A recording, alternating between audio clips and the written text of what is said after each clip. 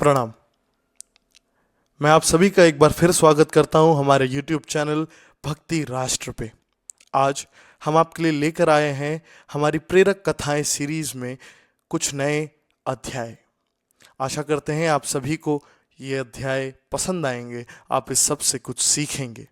अगर आपने अभी तक हमारे YouTube चैनल को सब्सक्राइब नहीं किया है तो कृपया करके इसे सब्सक्राइब कर लें, हमारी वीडियोस को लाइक करें और हमें कमेंट करके बताएं कि आप सभी को हमारे वीडियोस कैसे लग रहे हैं। धन्यवाद।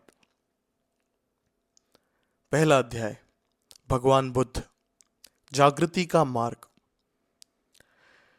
राजकुमार सिद्धार्थ के पास सब कुछ था, धन, वैभव, सुख, पर भीतर एक शून्य था। एक दिन अपने राज्य में उन्होंने देखा एक एक वृद्ध, एक बीमार और एक मृत व्यक्ति।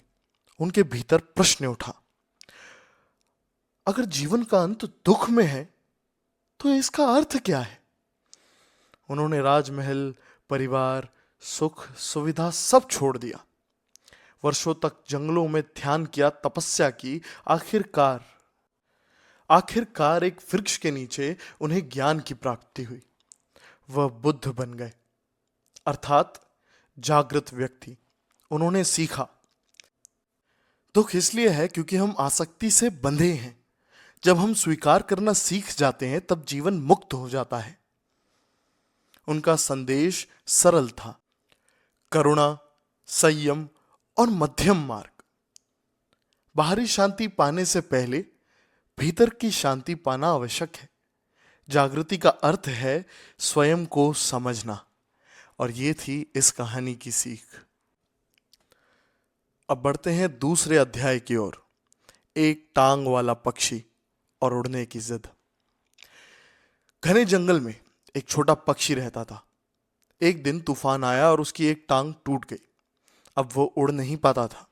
बाकी पक्षी उसका मजाक उड़ाते थे, अब तू कभी नहीं उड़ पाएगा। वो पक्षी उदास हुआ पर हार नहीं मानी। हर दिन वो अपने पंखों की ताकत बढ़ाने लगा। धीरे धीरे उसने सीख लिया कि एक टांग से भी संतुलन बनाया जा सकता है।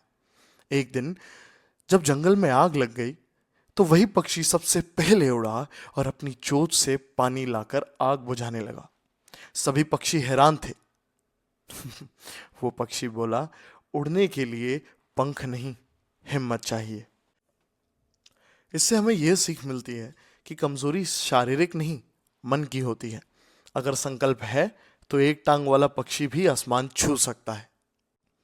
अब बढ़ते हैं अगले अध्याय, तीसरे अध्याय की तरफ, अंधेरे में दीपक, उम्मीद का प्रतीक। एक छोटा दीपक मंदिर के कोने में रखा था। चारों ओर अंधेरा था। दीपक बोला, मैं छोटा हूं पर बुझूंगा नहीं। एक हवा का झोंका आया, फिर दूसरा, पर दीपक हर बार झिलमिलाता हुआ जलता रहा। धीरे धीरे उस छोटे से दीपक की रोशनी से मंदिर का अंधेरा मिट गया। उसी समय एक बच्चा बोला, मां, ये छोटा सा दीपक इतना अंधेरा कैसे मिटा सकता है?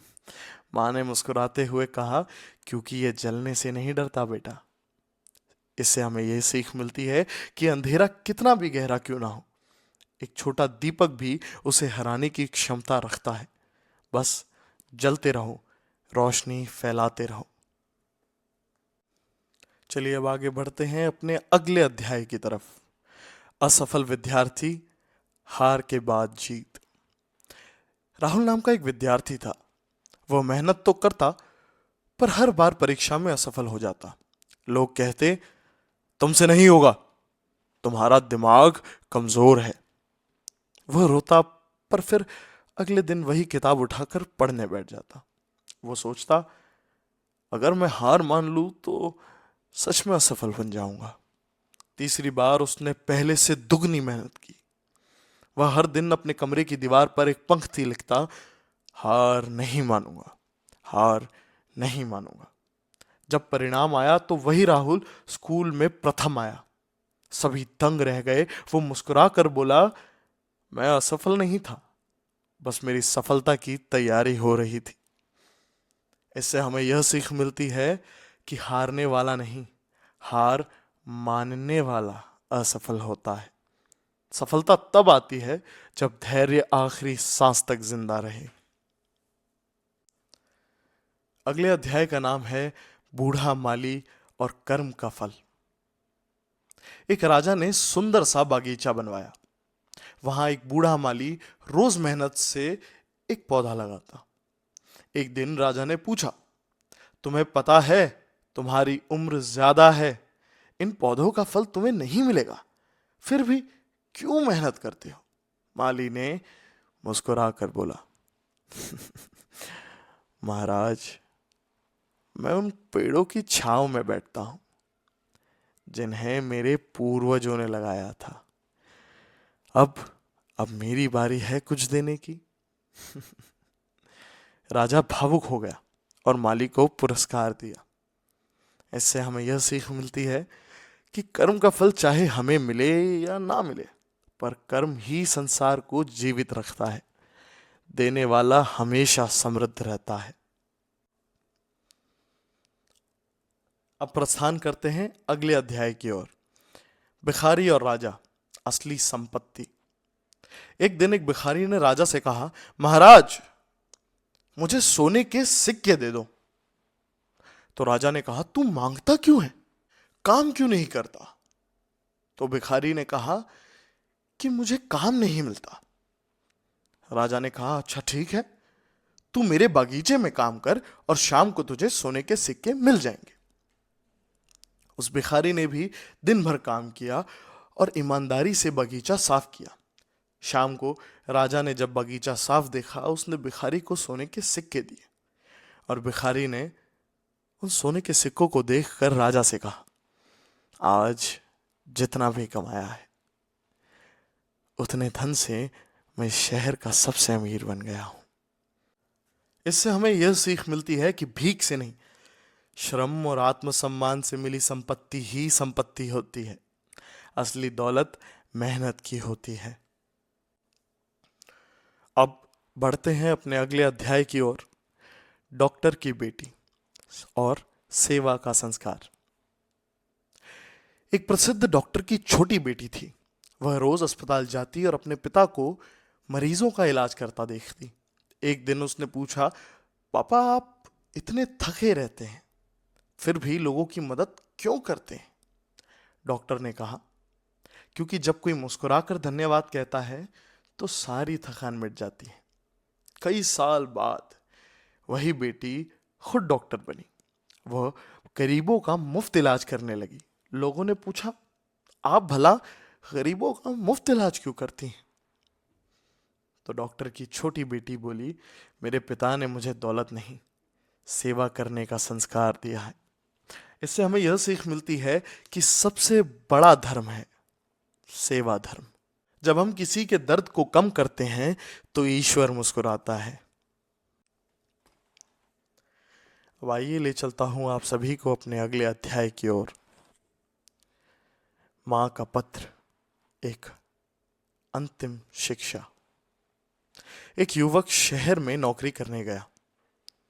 वह व्यस्त रहने लगा।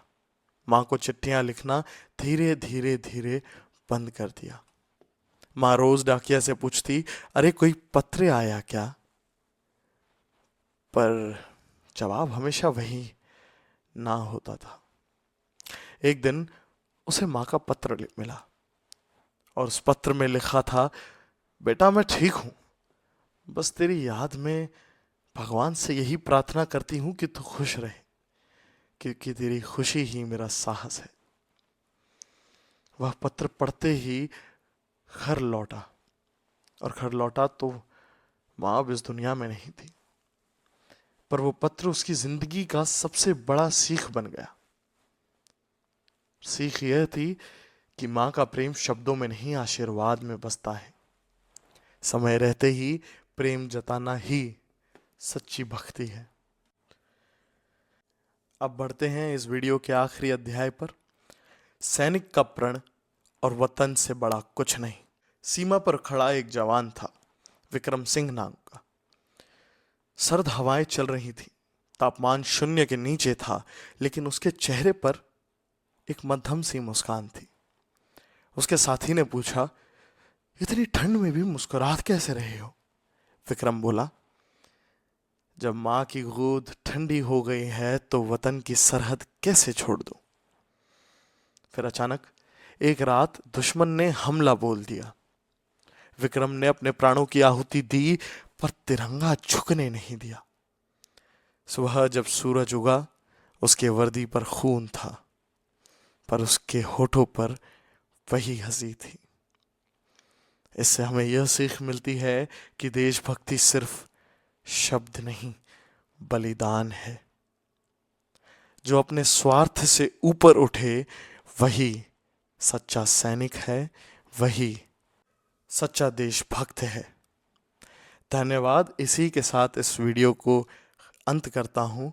आशा करता हूँ आप सभी को वीडियो पसंद आया होगा, और कृपया करके अपने रिव्यूज़ कमेंट में छोड़ें और हमें बताएं हम अगले वीडियोस में आप सबके लिए क्या ला सकते हैं। अगर आपने अभी तक इस वीडियो को सब्सक्राइब नहीं किया है तो सब्सक्राइब कर लीजिए और नीचे